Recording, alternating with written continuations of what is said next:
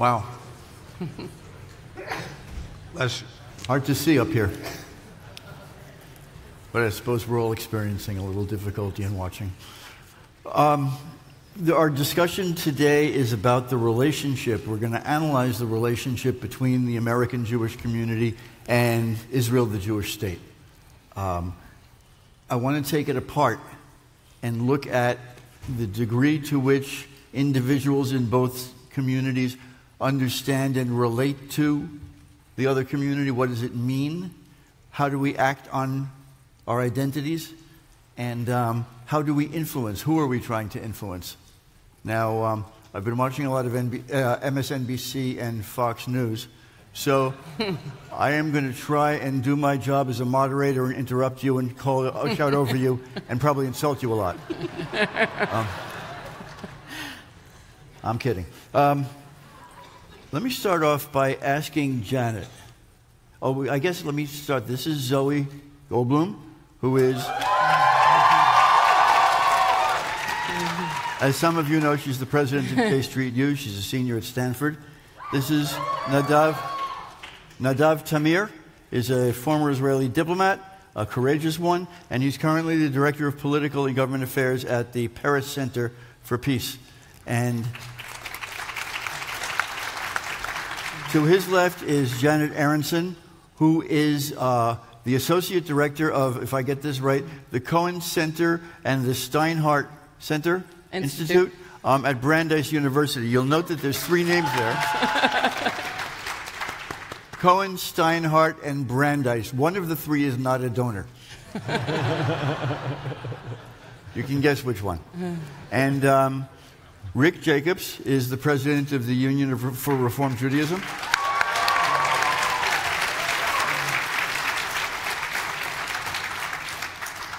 Now, Janet, as a researcher in demography and sociology, trying to get what people think, what do you think Israel means to American Jews?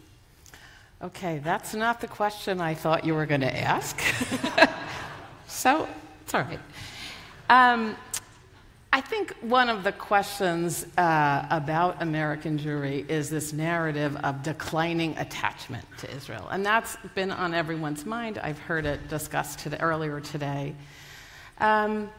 So when it comes to just emotional attachment to Israel, do American Jews feel like Israel has some place in their lives? If you review the data from the last 20 years, that's about all I'm going to say about data specifically. If you review the data, it's clear that some kind of attachment to Israel is strong, consistent, and pervasive in the Jewish community. Something like 70 to 80% of American Jews for the last 25 years have said either Israel is somewhat or very, I'm somewhat or very attached to Israel emotionally, or caring about Israel is an important part of my being Jewish. Now, to answer your question more specifically, we don't know from demographic data from surveys, we don't know what people really mean when they say that. So that's the big caveat. Do they mean that they have some vague attachment to Israel, some sense that it's important to their Jewish identity, which might in itself might not be too strong to them? Or are they in J Street U and taking their time and money, I think money, take time, money, energy to make this a huge part of their time, their college experience? So we don't know what that means. We also don't know if it means that they know anything about Israel. What's clear is that many American Jews are just checked out of the conversation. So they might say that they're attached, but it doesn't compel them to do anything. It's just, okay, I'm attached. Rick, you have been, together with your predecessor, kind of at the forefront of bringing Israel into the lives of American Jews. What is that supposed to mean? Practically speaking, what do American Jews do with an attachment to Israel in their daily or weekly lives? Well, What do we want them to do? Well, I think the attachment to Israel is a deep, long-standing part of Jewish identity over millennia, not just the last 2 decades. And yet, obviously, we're living in a moment when a whole lot of Jewish people who are attached are asking, what is that attachment? Is it the core of my values? And can I bring my values to my views about Israel, my relationship to Israel, my sense of what government policies mean or don't mean to me? So I think, at this moment, we're also trying to unpack what we actually are talking about. And I hear conversation regularly, particularly from Israelis and particularly from Israeli politicians, that the attachment is declining because Jews in particular, in North America in particular, have little Jewish identity, which is why they are less attached. I would make the case that they are not actually in a moment of feeling less Jewish identity, but more Jewish identity, and those values inform how they see Israel, how they see the United States of America, how they see their local community. And I think for us to have this silly conversation, frankly, are the policies of the current Israeli government pushing many away from Israel? The answer is yes. And how, I don't believe that's a debatable point.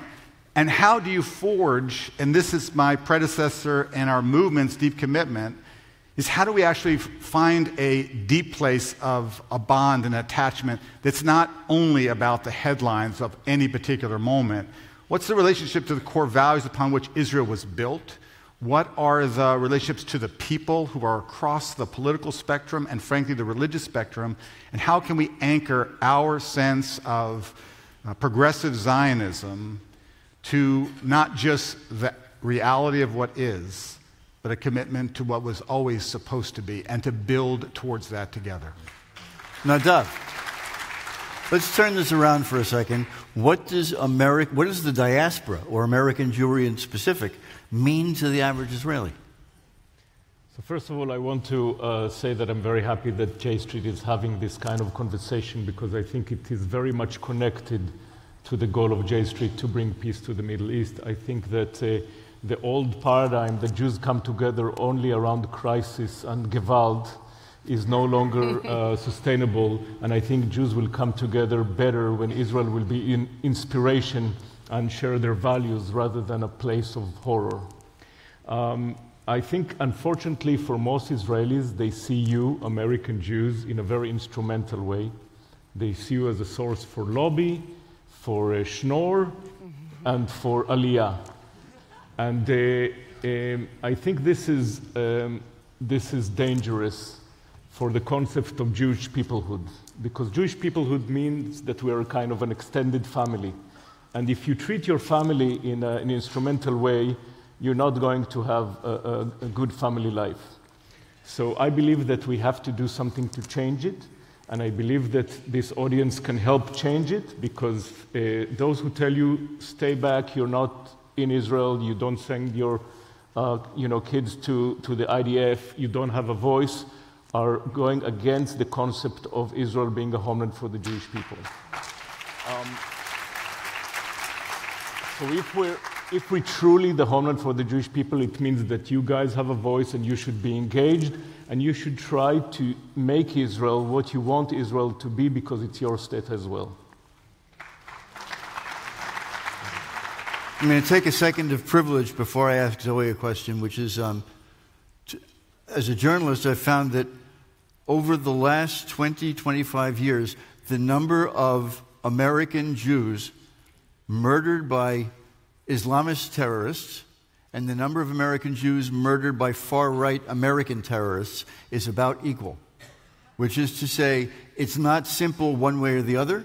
It's also to say that the idea that we don't pay a price, we pay a lower price, it's many, many fewer than Israelis, but the fight is here too. Which brings us to the college campus. Yeah. Do you feel like you're swimming upstream, fighting against the current? Do the Jewish students that you deal with, that you interact with, seem open to the idea of this subtle, I support Israel but not its policies? Definitely. I think the fact that there are 1,200 students here represents that pretty clearly. And I think, my personal sort of backstory, how I got involved in J Street U, a lot of it had to do with being told growing up and going to Israel twice that Israel was my home.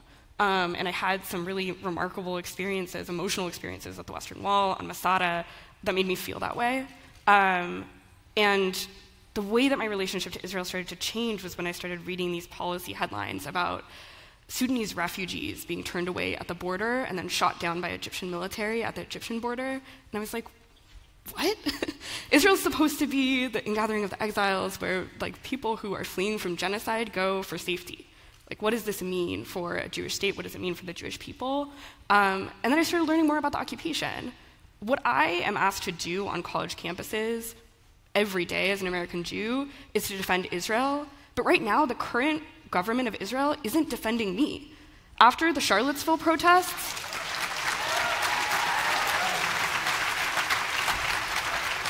after the white supremacist rally in Charlottesville, I was unfortunately unsurprised by the fact that Netanyahu was not condemning neo-Nazis, yelling, "Jews will not replace us." I should be able to expect that somebody who says that Israel is my home is going to defend me when neo-Nazis are marching in the streets and our president is saying nothing about it that's valuable.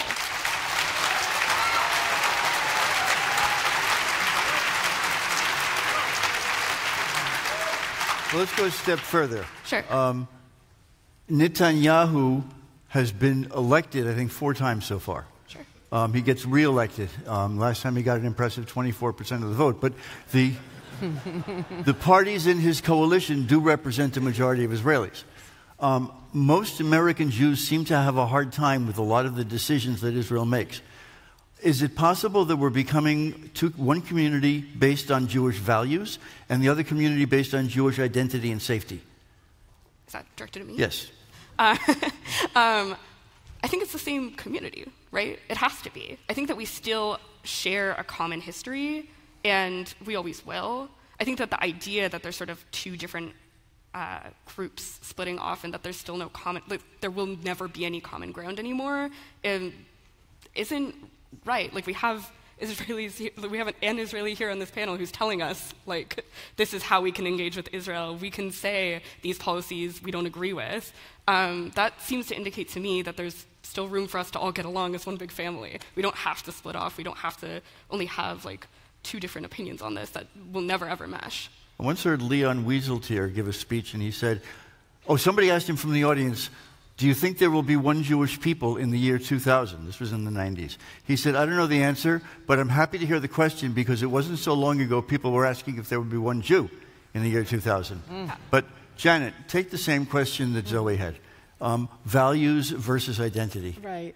So I think that is the crux of a lot of this issue, that this concern about the security of Israel and the progressive values.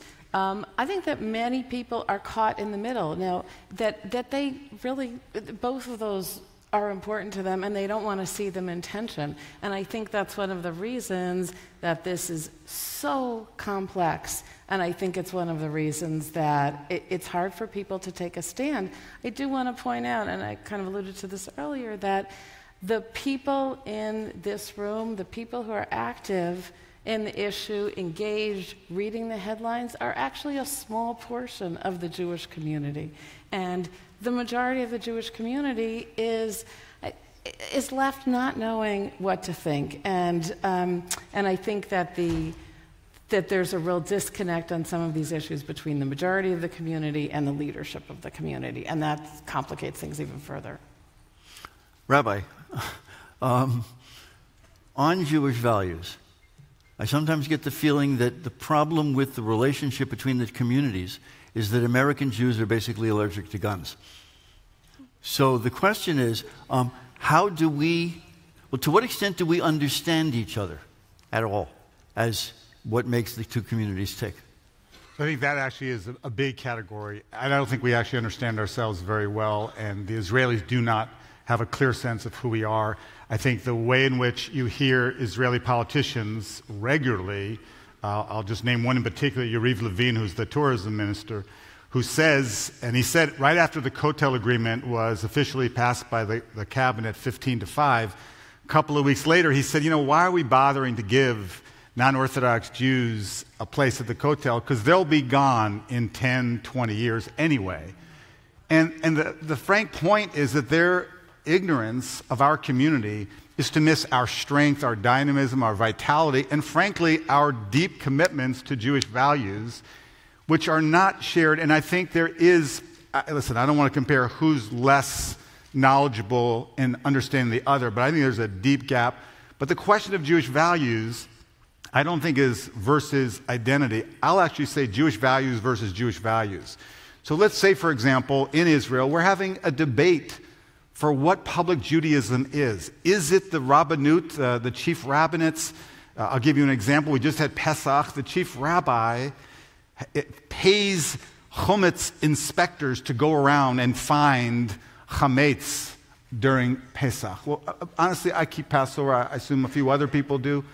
I would rather the chief rabbi or anybody who's expressing Judaism in the public square would address the core values of the Jewish tradition. I just heard Tzipi Livni talk about equality. That's a Jewish value. Justice is a Jewish value. Respect for the other is a Jewish value. So I think we're actually having a value debate, but we don't actually have the same Jewish values undergirding our community as we have in Israel. And I think it's a fight for the soul of the state of Israel, and it's frankly a fight for what Judaism could meet in this 21st century, and that gap is growing, and it's very, very concerning.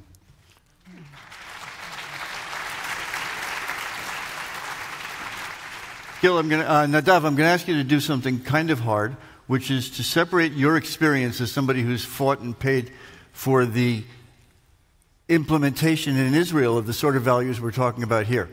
And what do you think, well, first of all, can we have an influence? Can we change what's going on in Israel from here in America? And the passion that we're hearing on this stage today, does that make Israelis feel attacked or reinforced? Well, it's a great question. I think that Israelis in general, not just from Jews, but also from other countries, when you speak about influence, need this combination of embrace and push. If you only push us, we antagonize. If you only embrace us, we complacent. So to show the love, the empathy, understand our fears and aspirations, and at the same time to also fight for the values that you believe in, and be very hard-nosed about it. I mean, I can guess that most people here in this room don't like Sheldon Adelson, but you have to give him the credit that he's putting his money where his mouth is. And I think that Jews should be involved and should be engaged in Israel. And don't let anyone tell you that you have no say, as I said before. So I believe that you can have an influence, but you have to be less polite about this. You have to remember that Israelis don't see politeness and manners as a great and important thing. It's a different culture. We respect hard argument, and I think you guys have to, and of course out of love. I'm not talking about we're not fighting each other. We're doing it because we care. So I think that showing that you care about us, but also showing that you have a values and you want to influence, I think you could have an important role, and also to empower Israelis, liberal, progressive Israelis, to understand that they're not alone, that we're actually the majority in the Jewish world. And if we come together, if we empower together, if we know more about each other, if we have people-to-people connection rather than financial transactions, I think we could empower each other and do many things together.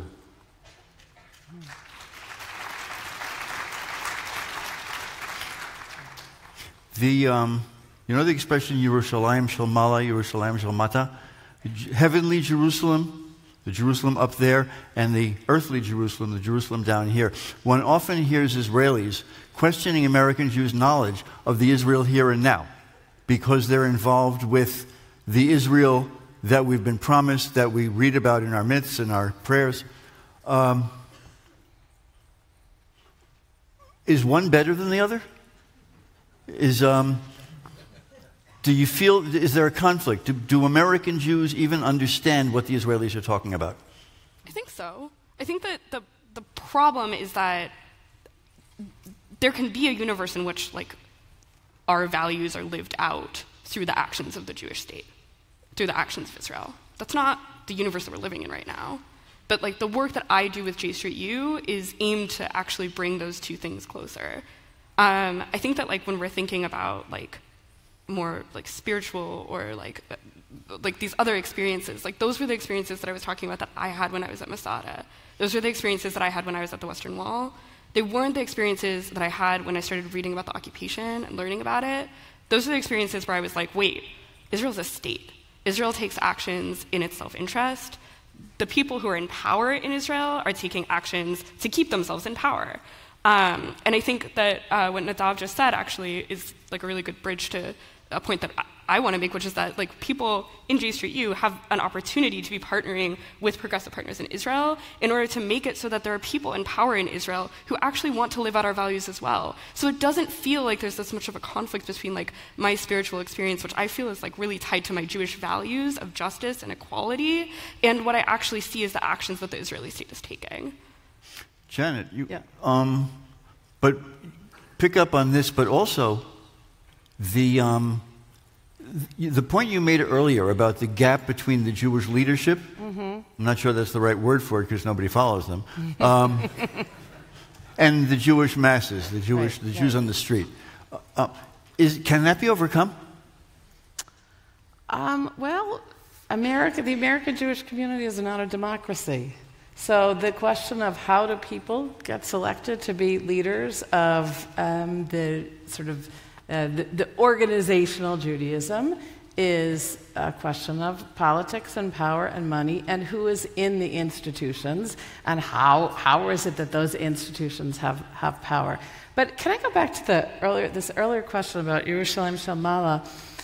I think that we should add one other dimension to that, which is the Israel of, I'm going to say, the Israel of the movie The Exodus and the Israel of Fauda. And to me, those two Israels really represent a complete cultural shift and a generational shift in how American Jews relate to Israel. So neither one of those is the spiritual one. It's the spiritual Jerusalem. But the Israel of the 1960s was a combination of the heroic Israel, at the same time, the Israel that we could support but feel sorry for. We were the rich, the rich cousins in America, and our job was just to support. Very few people traveled to Israel then. People didn't really know what was going on in Israel. The sources of news were very limited, and they came through Jewish leaders, institutions. You knew about what was going on in Israel through your rabbi, through your Hebrew school teacher, through the federation that asked you for donations. And people gave. And that was a time of tremendous unity in the American Jewish community about Israel.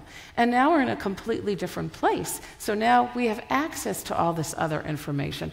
It's not that those problems didn't exist in 1948, before 1948, but people just didn't think about them. So there was kind of this heyday of Israel attachment that I think was where many of the Jewish leaders, the generation of Jewish leaders, got their start, they were raised, and they are frustrated about not being able to impart that to your generation because we, my generation, just wants you to love Israel. Just love Israel the way I did. And it's about that fantasy Israel. And the details of what's going on in the state, that's a separate question. So I think we have this huge generational divide, attitudinal divide, and that is one of the pieces that's reflected in the leadership. Rick, you live in both worlds. You're a Jewish leader, and you're also, you're the leader of the largest Jewish movement, and you're in touch with average Jews more than probably the head of the ZOA is. Mm-hmm. So,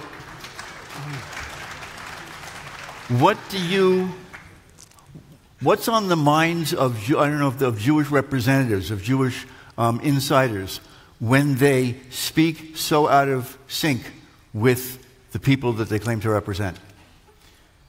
Well, first of all, I'm actually in a lot of those rooms where Jewish leaders are talking definitively about what the Jewish community believes, and I very often will just do a timeout. I said, that may be true inside of your head or inside of your circle, but I can tell you that the overwhelming of Jews in North America actually do have ideas. We have surveys, we ask them questions, they answer them, and I think, to be honest, the question of Yerushalayim shel Mala, Yerushalayim shel Mata, the idea of this kind of the idea that North American and world Jewry gets stuck in the Yerushalayim shel Mala. We're just floating. We talk about ending the occupation. We talk about things that are really, Israelis will tell us, those are just not real. What's real is we face security challenges and we're surrounded. And the question is, can you have your feet on the ground of the Israel that actually is? And can you also have a vision of what Israel ought to become? I hear so many people here in North American Jewish life and in Israel, they know what we're against. We've got to fight BDS. We've got to fight this group that opposes us. Like, okay, I fight those every day. What are we for? What are we building? What's our vision of Jewish life? What's our vision of Israel? So if we only have our feet on the ground, we're going to just get stuck in the mud, and we're not going to actually have a sense of where we're going.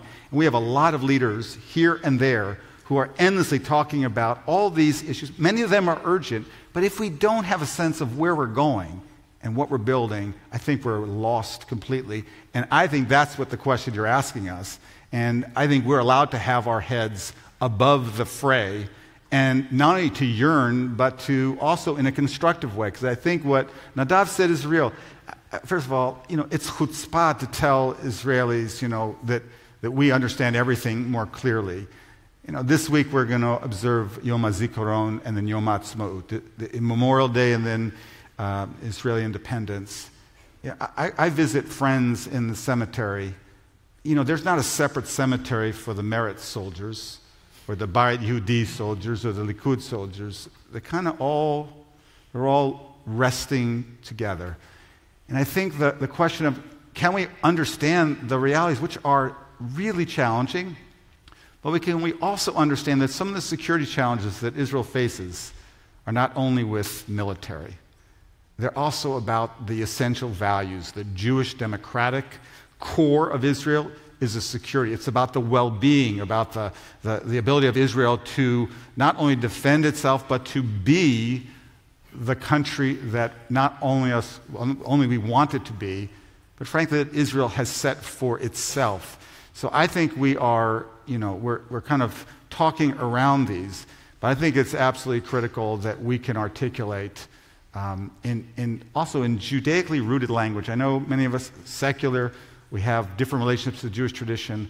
I'm sorry, the Jewish tradition has a claim on what kind of society we build, wherever we happen to live. And we're building not a society like all other societies. I know that was an ideal of the early Zionists, that, we would... It was the Ben Gurion said, when we have prostitutes in Tel Aviv, we'll be great because we'll be just like all the other nations. Honestly, let's build a society that reflects the nobility of the Jewish tradition. I could add one thing on that also. Sure. I think that it's not just about articulating what we want to see. It's also about acting on it. And I think that that's something key that J Street U is bringing to the conference. The Stop Demolitions Build Peace campaign is very much rooted in the dynamics on the ground, both in relation to, obviously, Israel's security concerns, but also about the ongoing demolition of Palestinian communities that threatens the future of a two-state solution and Palestinian human rights every day. And I think that we do have to be rooted in an understanding of both sort of this high-level thinking and what's happening on the ground, but we also have to be putting our values into action each and every day. That's through policy and that's through politics, and that's what we're here to do this weekend. So let me throw out, in 2005, I think Israel withdrew from Gaza. Hamas took over in 2007, at the beginning a year later, and what followed was a heavy barrage for several years of rockets. Non-stop, Israel went into Gaza in 2009, and temporarily stopped the rockets. It went in again in 2012, and then in 2014 it went in, and there was a massive loss of Palestinian life, and the rockets stopped. How do you reconcile those two facts? That we are offended by what we see Israel doing, but it works. Yes. Yeah. You have to live with it. Well, I think that if you'll ask most of the security people in Israel about those issues, they'll tell you two things. One is that it was the right thing to do to move out of Gaza, even if we didn't do it in the best way that also empower the moderates on the Palestinian side. And the other is that the most important thing for Israel's security is to arrive to a two-state solution. You'll hear it from the head of Mossad, the head of Shabak, most of the generals that are leaving the IDF. Actually, the IDF today is the most progressive arm of the Israeli government because I think they understand better than the politicians the limits of hard power, and they understand that most of Israel's challenges are more on the diplomatic arena than in the security arena. So I think that, of course, I'm not a pacifist. I was an officer in the IDF, but I believe that we're strong enough to make peace. And a lot of this feeling that they're always under threat is because we were able to get the Jew out of the shtetl, but not necessarily to get the shtetl out of the Jew. We are a strong country, the strongest country in the region, and with all the problems of terrorism and stuff, it is still much, much more dangerous to drive on Israeli roads than terrorism. Let me reframe that for just a second. I see and read and hear a lot of American Jewish progressives celebrating the fact that the Israeli military establishment is sort of on our side, but feeling very uncomfortable with the fact that they're praising generals. And it becomes, they go numb, their mouths quiver. And if 14 of the 15 living ex-heads of the IDF, the Mossad, and the Shin Bet are all in favor of the Arab Peace Initiative. Ya'alon is the only one who's not. If 14 of the 15 are in favor of keeping the Iran deal, why doesn't anybody, that should be a slam dunk. That should be the end of the discussion. Well, Rick? I was going to just pivot back to Zoe's comment, which is about action. What do we do? People are not at this J Street conference just to hear thoughtful discourse. I look around the room, there are activists here. And I would just give, and I agree that it's about, discussion that leads to really effective strategic action. I'll just give one example. I was in Israel the end of February, and we had a remarkable protest in South Tel Aviv on behalf of the asylum seekers who are being tossed around like a political football in Israel, and were threatened to be deported. And I was there with a group of young leaders from the Reform movement, not only in North America, but also from the UK and from France. And they came with me to the Jewish Agency board meeting. And the Jewish Agency, uncharacteristically, was having a debate about whether it should take a stand on the question of what would be a just resolution of the asylum seekers' cause in Israel. And we were having the usual Jewish debate, the wonderful Orthodox leader said this, and Rick Jacobs said that, and then the UJ leader from New York said this.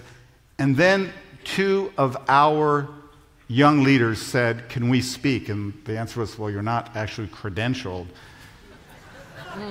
Which was, no, that's not a good answer. Please give them the microphone. And Celia Teddy, who is a past nifty social action vice president and religious affairs vice president, said, and Rachel Wolf, who's a wonderful Reformed Jewish leader from her congregation in Northern California, said, "Excuse us. This is an urgent matter of Jewish values. If the Jewish Agency and the Israeli government and the Jewish community can't find its voice on this, it doesn't deserve to be in leadership." And what happened? They weren't shown the exit. They weren't said, nice leaders. they actually carried the day. And the Jewish Agency voted. It wasn't as strong a statement as many of us wanted, but they voted to express themselves on behalf of the asylum seekers. Now, of course, we know what happened recently, that all of a sudden the Prime Minister found his moral voice, and with the UN, and frankly, with support here in North America from not the left or the center, but also some pretty strong voices from the right, and then hours later walked away from it. So I got to say that action is about putting pressure and taking stands and not backing down when you don't get an immediate response that you were looking for. And I also think this is a moment where young people are leading our community. They're not waiting for their time. This is their time. And we, the Jewish community,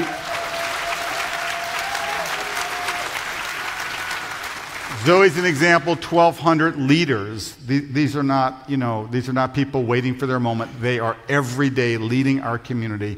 Let's broaden who we think are Jewish leaders today. I'm not sure that we have any time left, but I really want to get a sense from all of you of whether that image of what happened in Jerusalem with the Jewish Agency, why doesn't that happen more often? Well, who wants? John? I'll say something. I think that the question of why there is, what do leaders have or organizations have at stake to maintain negative narratives? That it's not just a question of staying in power. And you mentioned this, it's the shtetl Jew, it's the ever-dying people, it's all these things we've heard that there's so much of the Jewish community that is based on fear. It's fear of assimilation, fear of dying out, fear of being be killed, and fear of BDS. And all of these fear-driven positions are so unhelpful. I'll put it that way. And I think that, and as you said about trying to turn that into a positive view about Jewish life, and frankly, I, as someone who's been deeply involved in my whole life, I am so tired of those negative messages. And I really would like to see them turned around, not just about Israel, but about a lot of aspects of Jewish life, and a lot of this line drawing of who's legitimate, who belongs in the tent, who doesn't belong in the tent. And I think, there's a lot we could just open up the conversation and open up the community. I think if I could also circle back a little bit to the question both of Gaza and of this element of fear, I think another element that I see a lot in the American Jewish community, especially with our relationship towards Israel, is hopelessness. I know that after the 2014 war in Gaza, part of the reason that I felt compelled to join J Street U was because over the summer I was watching as the death tolls of civilians in Gaza just climbed ever higher. And I was looking around at my community, and I was like, where is the compassion? Where is the empathy? Why aren't we speaking out about this? Why don't we seem to care? I know that the situation in Gaza is really complicated. I understand that Hamas is ruling the Gaza Strip, and I know that there are rockets that are threatening Israeli lives. But I think that in the American Jewish community especially, we've almost become paralyzed by this sense of hopelessness, of there's no solution for Gaza. There are over 1 million people there who don't have access to consistent water, to electricity, have no freedom of movement, and we consistently turn a blind eye. Sounds like Flint, Michigan. Yeah, no, it actually really does. But sorry, I interrupted you. I promised I would interrupt. That's okay. But I think that we have to acknowledge that the American Jewish community has a Gaza problem. And that problem has continued to this day. I feel that we have a moment to not be hopeless right now, because there are nonviolent protests that are being led by people in Gaza that have been happening for the past 3 weeks. I want to be clear that I know that there have been some violent elements to them, but they have been the majority of them have been nonviolent, that's something to feel hopeful about. In a politics between Gaza and Israel that has been dominated by violence for so long, how can we not look at nonviolent protests and be uplifted by that? How can we not grapple with it, even if we don't agree with the ideology behind it? And I think that we should all, I feel horrified personally to know that the Israeli military has been using live fire against these nonviolent protesters, that over 24 people have been killed, that over 1,300 people have been injured by it. I think that we should say something. But I think it's, like Rabbi Rich Jacobs said, this isn't just about saying something and about having a clear image about what's happening in Gaza. It's also about putting our values into action. And as a community, what are we going to do about Gaza? What is our plan? We need to figure it out. And I think that if I've learned one thing being a part of J Street, it's that when I see a political problem, there is a political solution to that problem. And it is up to all of us, to the people on this panel and to the people in this room, to figure out what is our political solution to this political problem going to be? How are we going to organize so that we don't have to see another war in Gaza? I think that's the answer to the problem, potentially. But I also think that, yeah, we have to be acknowledging this more. The American Jewish community has to be responding when we see a humanitarian crisis that is just getting worse and worse in Gaza. I think we're about at it. I hate to be the only one here who's fighting with you guys, but the idea of Palestinians waking up one day and figuring out that if 100,000 of them march on the border, nobody can stop them. I think that the government and the army, which are usually at odds on these issues, look at what's going on in Gaza now, and they think, oh, it's happened. Israel's worst nightmare. How do you stop 30,000 people from walking over the fence? And it's not, I don't think it's cut and dry.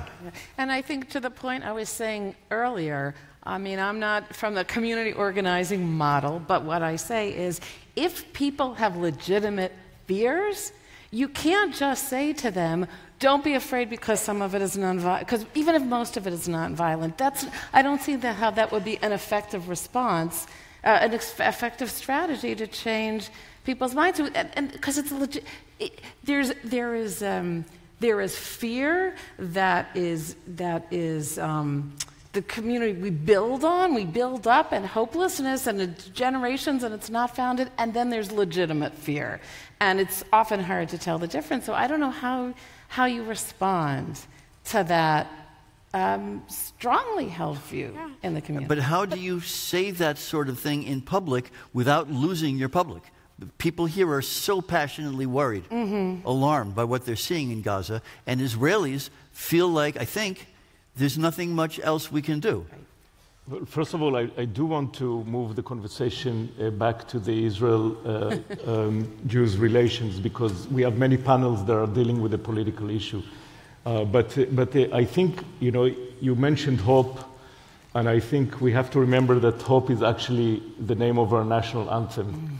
And sometimes we forget it. And I think I learned from one of my professors at the Kennedy School that a leader needs a combination of hopeful heart and critical mind.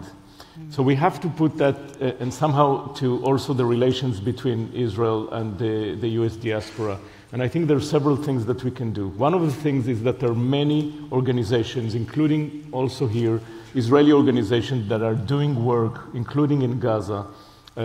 The organization that I'm with, the Peres Center, for example, but there are many others. I just have the opportunity to do some propaganda.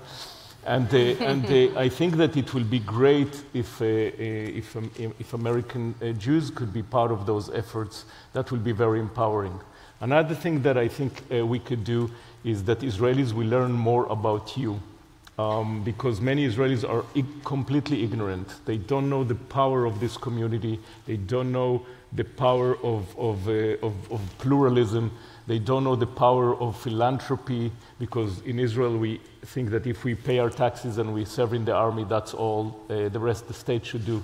So I would do certain things to connect between the communities. One of them, very critical, is what we call reverse birthright. I think it is amazing that almost every child in Israel during high school is visiting the camps in Poland, the Nazi camps. And it's important to visit the camps, even though I would shape the message a little different, and not only in strengthening the trauma and the victimization. But I think it's important that we will also visit live Jews in America. And every child in Israeli school will spend some time in an American community and learn about you guys, because that will be a life-changing experience. Secondly, I think that we should have much more connection between organizations, progressive organizations, because most Jews just know that Israel is its government. They don't know about so many things that are happening. Maybe we should have a fund that gives seed money to joint ventures between organizations here and organizations there that are doing work for Tikkun Olam. And thirdly, I think that it will be great if we ever have a constitution that there will be someone in Israel, maybe the president, because the president's supposed to be not political, that he will have the power to cancel any Knesset resolution if it works against the connection with the Jewish world. Because we need someone who sees the connection of Jewish peoplehood and not just the political, that politicians care about their constituencies. So they don't care about liberal Judaism because it's not a majority in Israel. And they usually see you in an instrumental way because by definition, that's their job. If they're from the foreign ministry, they want to have help in Congress. If they're from the absorption ministry, they want you to come. We need some institution that is looking at Jewish peoplehood and how we could help Jewish peoplehood. And whenever the Israeli government is taking decisions against Jewish peoplehood, we should have this kind of institution that calls out and makes sure that we keep on being together. I've been doing this for a very long time. I just went on Medicare. I think this is the first time I've heard anybody from either side urge more cooperation between the American Jewish left and the Israeli left. The Orthodox and the right are very comfortable with each other and very cooperative, but the left on both sides of the ocean seem not to be aware of each other. Absolutely. But let me go on. Last question. Just quickly, each of you, the word hope and the word despair. Despair is a word you hear a lot these days. How do you measure the two? How do you live with one? How do you live with the other? Can one be turned into the other? Wow. It's a tough question. Well, it's not theory. What do you feel? What do you do with what you see in the world and what you hope for in your activism? Yeah, I mean, I think that's it. Like for me, is that it feels like when I am in a moment of despair, when I see things that are happening on the ground, when I hear that Susia is receiving more demolition orders, when I know that Khan al-Ahmar is being faced with the prospect of complete evacuation just this month, I do feel that despair. And oftentimes I sit with it for a little while because I'm not sure what to do about it. But again, I've learned how to organize.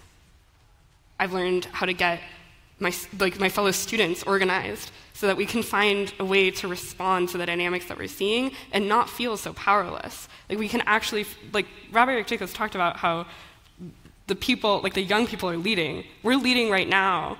And I think that the way that we're leading is through actually taking responsibility for creating the change that we want to see.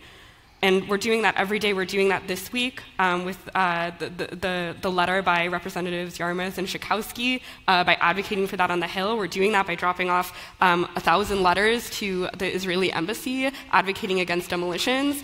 That's what makes me feel hopeful, is that there are so many students behind this who are saying, in the face of a politics that would aim to disempower us every single day, we're going to take back that power, we're going to speak up and let our voices be heard, and we're going to advocate for something different.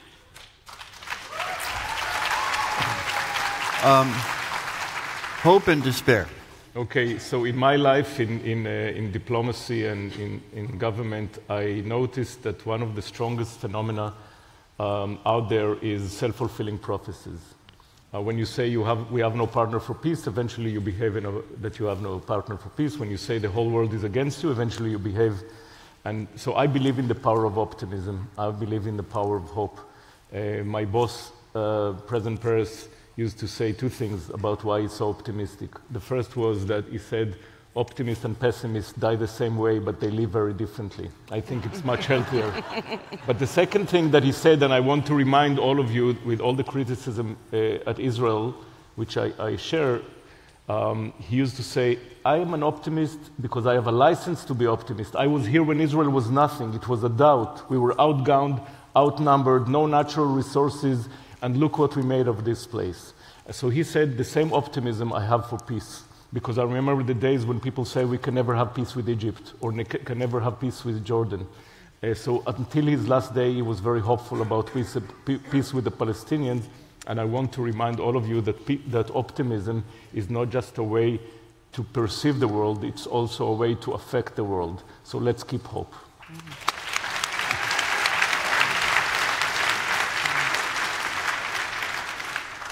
So I do have to answer this on a really personal level, and this is not my researcher hat. This is just I'll use my trajectory. As I said, I grew up, very attached to Israel. I've never been an advocate. I've never been an activist. I just was interested in living my Jewish life. And I would say that has all turned around through my children, who have one of whom is here.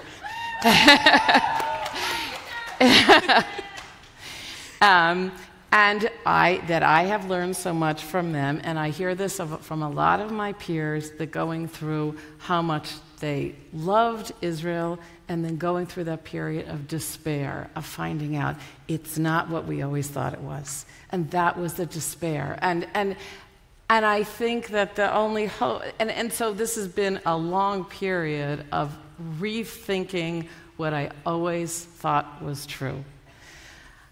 And it's been very difficult, but I think that I believe in the truth. And I think that you can't move forward unless you know the truth, and we all have to take our heads out of the sand and see what's actually going on in the world, in our community, both in Israel and here. And I think that gives me hope, because that's the first step.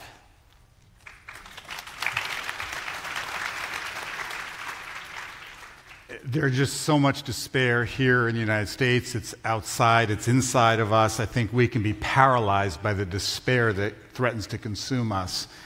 I don't think that the despair should have even the slightest impact on our ability to dig deep. The poet Yehuda Amichai, in his poem Ba'ir Atikah, talks about us, our people, being nigu'e tikva, negaim from plagues or infected. He said, we as a people, we are infected with hope, meaning it's inside of us. We can't be cured of it.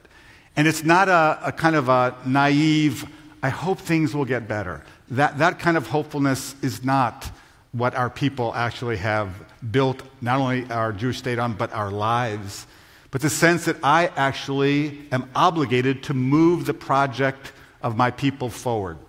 And I see, my hope is when I see the activism that is coming together in this country. I see it also in grassroots in Israel, and I see it in other parts of the world. I think the hope is that people are standing up, finding a backbone, finding a voice, and finding concrete things to do to not be consumed by the despair, but rather to live out the commitments that we as a people have always put front and center.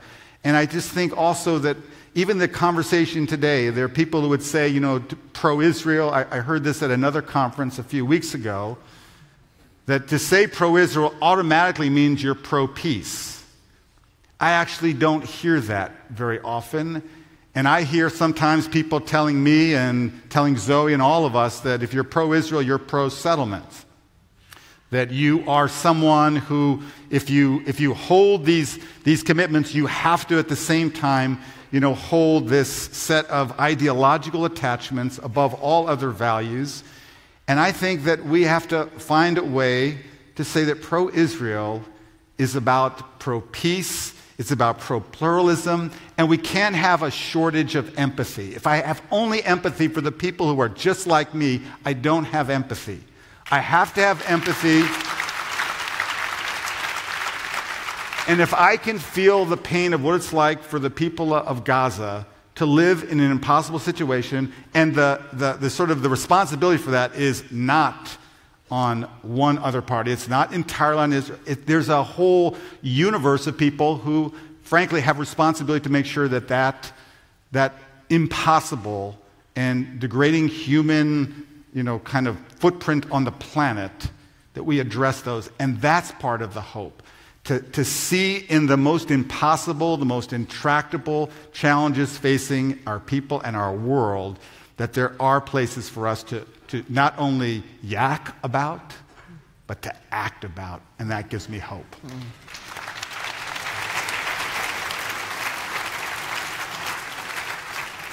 Well, the thought agonizes me lately, and there's an old saying, I am optimistic in the sense that I fully expect things to get better. I'm pessimistic in the sense that I fear my optimism is ill-founded. Let me throw out a thought that may either be shameful or a source of pride. I take it as a source of pride, but I'm a little ashamed of that. Why was the response to the Parkland shooting so different? What happened this time that turned into a national movement where in the past it's simply been depression and despair? And I would suggest, without being too serious about it, that this is the first time the shooters picked a school that is half Jewish. There's something about Jewish mobilization. But there's also the story about the Jew in the shtetl who walks down the street and he sees his friend sitting on the roof of the mikveh, under the ritual bath. He says, what are you doing up there? He says, the community is paying me to look out for the coming of the Messiah. And the one on the ground says, what kind of a job is that? Is the pay any good? He says, the pay stinks, but it's a guaranteed future. Thank you. Thank you. Thank you.